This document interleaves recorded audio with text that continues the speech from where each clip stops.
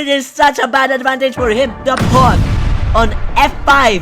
It's such a huge mistake that when he takes, I take back with a queen. And now, folks, that's all bad and not all well because he literally traded it with his queen. And now I have the upper advantage in upper material plus 3 points for the king on b7, plus attacking the rook here on e2 with my knight. I took his rook, which is such a blunder for him. So he goes king to b5, and I checkmated him with a fork on the knight on c3, which attacks the rook, and it's a fork, and attacks the king. That's it. Hello everyone, and welcome to another chess video. And in this chess video, we have an educational one because we're gonna try to move up the rating ladder because of the fact that I need to move up. I'm just 1,828, and that shows the proof of it. So folks, what are we waiting for? Let's play some chess. I'm gonna do the summary first, and then later on, I'm gonna go to the live feed and show you guys what really happened. So folks, I got e4 first, trying to go to the aggressive lines of the game. He goes e5. I go knight to c3, which means I go here and try to develop this, plus try to protect that pawn and try to take some more squares on this side of the board. More control in the game. He goes knight to f6, which is such a huge no-no because now it's the Vienna game.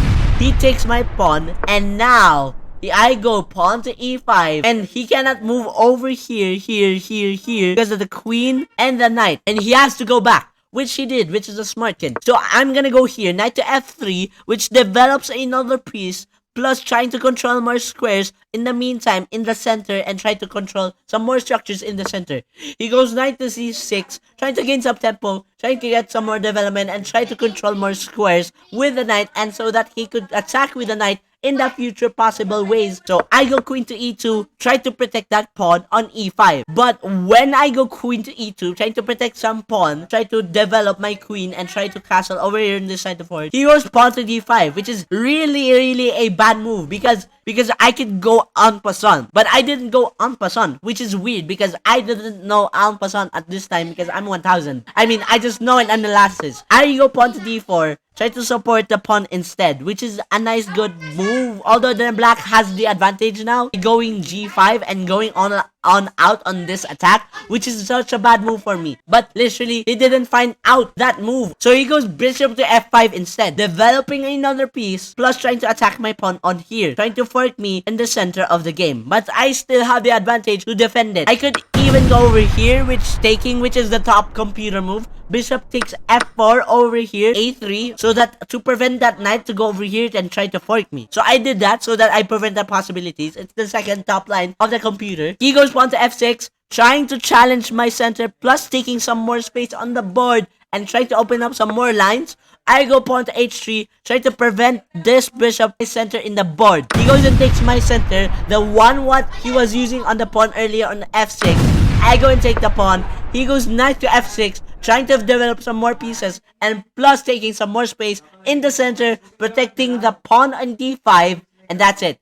But so if I take the knight, he takes back, and that has a double structure on his side of the board. Because now, if I go pawn to d4, I gain some tempo in developing my bishop and opening up some lines in the later future for some castle. So I attack the bishop, he moves back, I go bishop to g2, queen to d7, I go rook to d1, try to activate my rook, which is such a huge no-no because he can just gain tempo very quickly, which he did actually. I go and castle my king as well to safety so that I cannot literally just lure my king there on the center to leave it such more possibilities. He goes rook there, he forgets to do that, and I go queen to f2 because of the fact that if he opens up with the bishop, he's gonna attack my queen. He goes pawn to f5, attacking my pawn on g4, that's fine. I'm gonna go knight to e5, trying to attack that queen while forcing a trade. If he takes my knight, I'm gonna take back and open up the queen here, try to take this, and mate is gonna go here somehow anyway. So he doesn't do that. Instead, he goes queen to e6, which is such a bad advantage for him because now, when I took the pawn on f5, it's such a huge mistake that when he takes, I take back with a queen. And now, folks, that's all bad and not all well because he literally traded it with his queen. And now I have the upper advantage in upper material plus 3 points. He goes bishop to d6, attacking my knight on e5, trying to literally rid of my very powerful knight for his very weak bishop, but I do not accept it and help my knight on purpose so that I can double up his pawns. I'm gonna go rook to f7, and over here I have a rook on the 7th rank, and when that happens, that is actually the most powerful rook you can get if you're on 7th rank or the 2nd rank if you're black. I go rook to f1, trying to develop my other rook as well there, trying to breach in with my pieces, trying to advance forward so that I can checkmate him early on in the game. I go knight to d5 instead, trying to move away from the pawn's attack. Because if I don't, that's a blunder. I take the pawn, but I had a huge advantage because I could have just taken it with a knight, and I am attacking here, which is such a bad move because now, folks, when he moves, he can literally do this and protect my rook, and if I take the rook, he will take my rook, which is insane, which leaves me into -2 on c2. I go here and fork the king on b7, plus attacking the rook here on e2 with my knight. This is literally a discovered attack that opens up my bishop to the king for a check, and that is attacking the rook also, and I took his rook, which is such a blunder for him. So he goes pawn to d3, I go take the pawn, he goes and takes the rook because I'm not gonna let that pawn queen anyway.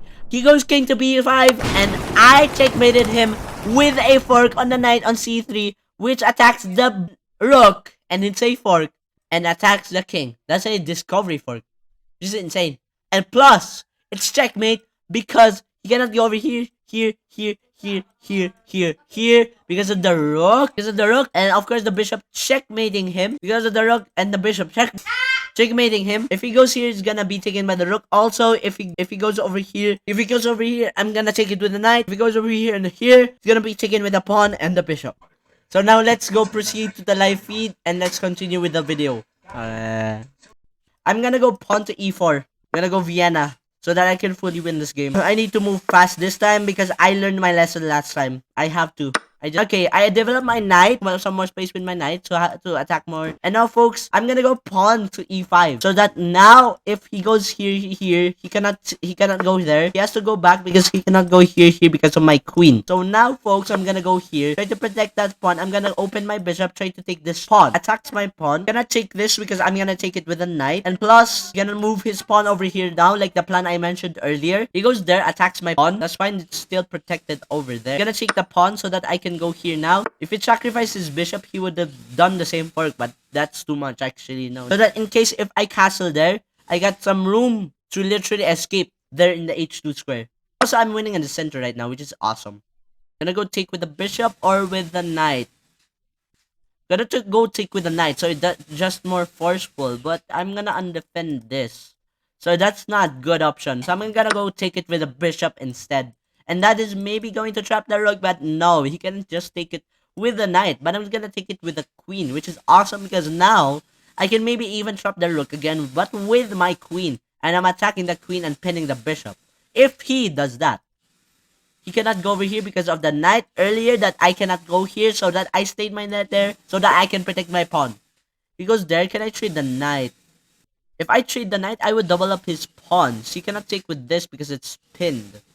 So, his knight is very useful. I'll go here, so I'm gonna take it and open up my queen, and his king is on the center, which is nice, so that I can have my target there. And now I'm gonna go here, attack the bishop, so that I can move some tempo over here and try to castle over here. Although the problem will be is that I will have to go through some problems with having my king exposed over here. It's not good. Shoot. Okay, I'm gonna go develop first, and then I'm gonna go in with the attack after that. Can he go in? Which is the problem for me. Can lead. And now, folks, we have connected rooks. So that they are literally defending each other forever in this rank. Meanwhile, I can literally attack there with my rook moving to e1. Plus, I'm attacking this. Okay, I'm gonna go here, take this first. Here, which is much more protected. Wait, what? What if I take this? He takes back, I will take back, and I win that trade. But wait, no, he can go over here. No, he cannot because of the rook. Can he take this? No, not anymore because the queen is gone. What if I go over here? What a mistake for my opponent over here, folks. Goes there, takes my queen. I go here, protect my knight. And now I'm gonna expose his king, like what he did to me here, which is much more exposed though. He goes there. I'm gonna go here, try to attack the rank over here, folks, so that I can now have a rook on his 7th rank, which try to develop all my rooks so that I can go and try to devastate this opponent. But he can actually go here, and that's a trade. Because I have the knight and the bishop to take it. I have 2 pieces to take it while he has 1. Which means I would win this. I would win that trade. I'm gonna go here. That's not a blunder because of my bishop on g2. Here, the only option is to go over here. Which is a sweet, sweet spot to be in.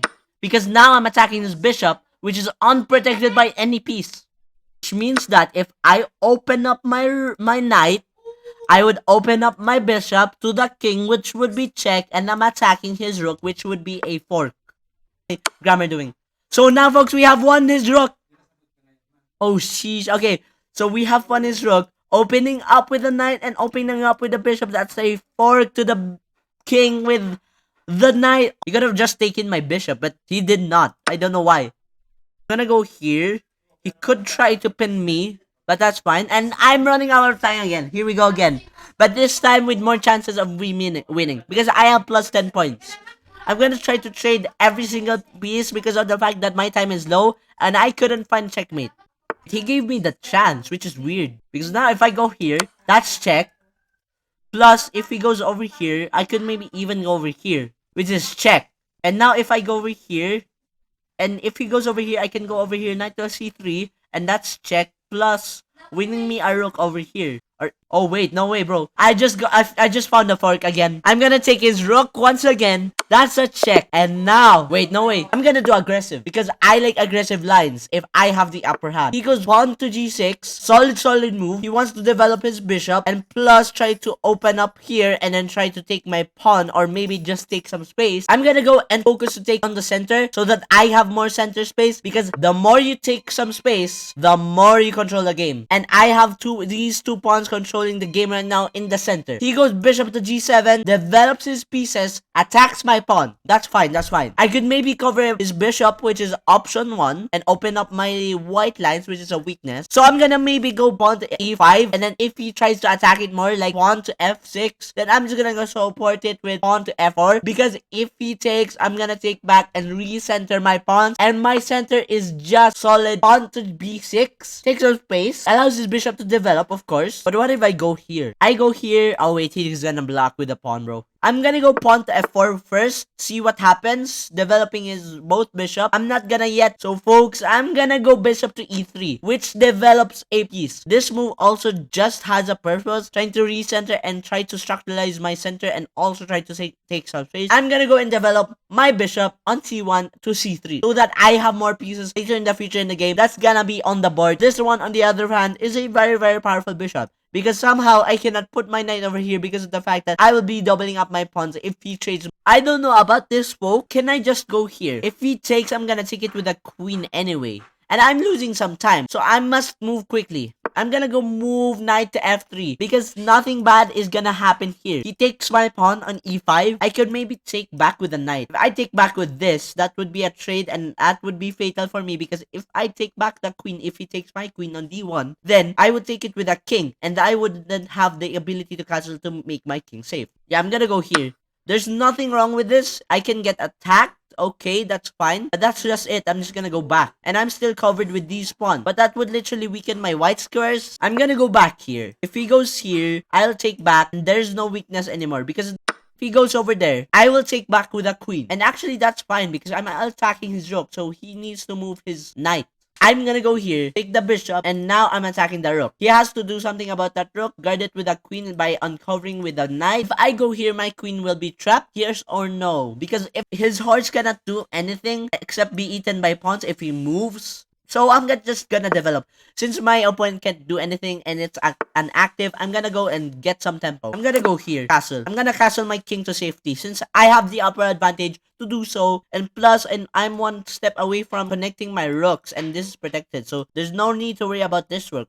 He goes there. I can just take. That's actually fine if you just think about it. Because now I opened up his king. And that trade caused a devastating thing for him. Because now I can move here and take the file. Can he block with anything? Of course, block with a knight. But that's just it. And it's even a pin. My pawn is being attacked. So I'm gonna guard it with this. That's weird. But okay, I cannot develop my knight anymore to that square. I'm gonna go knight here. Try to develop. I don't get much time left. So I'm gonna make things simple here. Develop, focus, and not blunder over here so that I can maybe get checkmate somehow later in the game. Oh wait, no, I should take this because the king is already done there. And I already castled. Can he cover this? Cannot go over here because of my knight and the counting problems he can make over there with the knight on e4. If I clutch this, this would be great content. And I need to clutch this. So I'm gonna focus real quick over here. I need to make some real checkmating plan. Could have just taken my knight. That was a weird missed blunder. But I think we're not gonna clutch this, right? I mean, I have 2 minutes. He has 6 minutes, which is about to be 5 minutes. But the time is just so slim that I might lose. Or maybe not. I don't know. This is not a blunder. But okay, I'm gonna do this. I have low on time, so I need to think fast. That's what I'm doing right now. He can go over here, but that's just it. And he cannot take my rook because that's an unfair choice to trade it. Okay, I'm gonna take it. It's more better to simplify so that I cannot make some blunders like the queen anymore.